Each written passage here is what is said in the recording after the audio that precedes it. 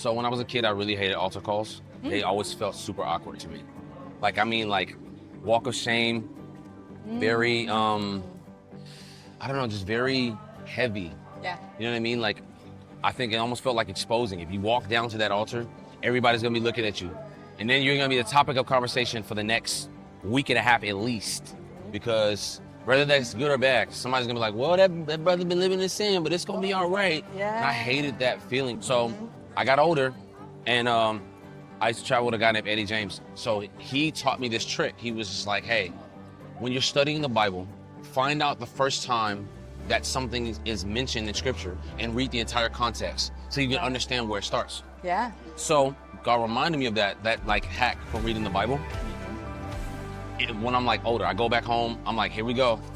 It's another walk of shame, right? And God was like, well, why don't you go back to the first time an altar is ever mentioned in scripture? I'm like, that's a great idea. Yeah. So I go and I look it up, and the first time it's mentioned is when Noah steps off the ark.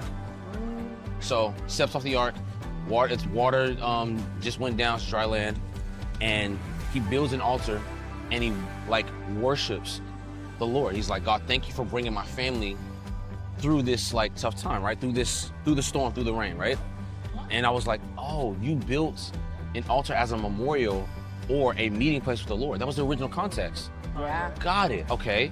So if that's the original context, where do we miss it? And it became later on in like Levitical order and all the things that it was about the remission and the cleansing of sin, and we were impure, and like it became like the Levitical priesthood later on and all the things, right? But then that Levitical order and like the veil between God and us, and it's like he's holy, we're not. Something has to be between us that'll protect us from his holiness, because his holiness will completely eviscerate us if we're not right. Yeah. It'll engulf us, right? So after that, you fast forward to the crucifixion, fast forward to the cross. The crucifixion happens, the veil is torn from top to bottom, which was significant because it was representing that after this finished work, there's no longer need for separation between God and man. We are now forever holy in the eyes of the Lord. God strictly sees us through the lens of Jesus from this point forward. From this point forward. So now, your altar doesn't have to be for you to try to find cleansing from sin.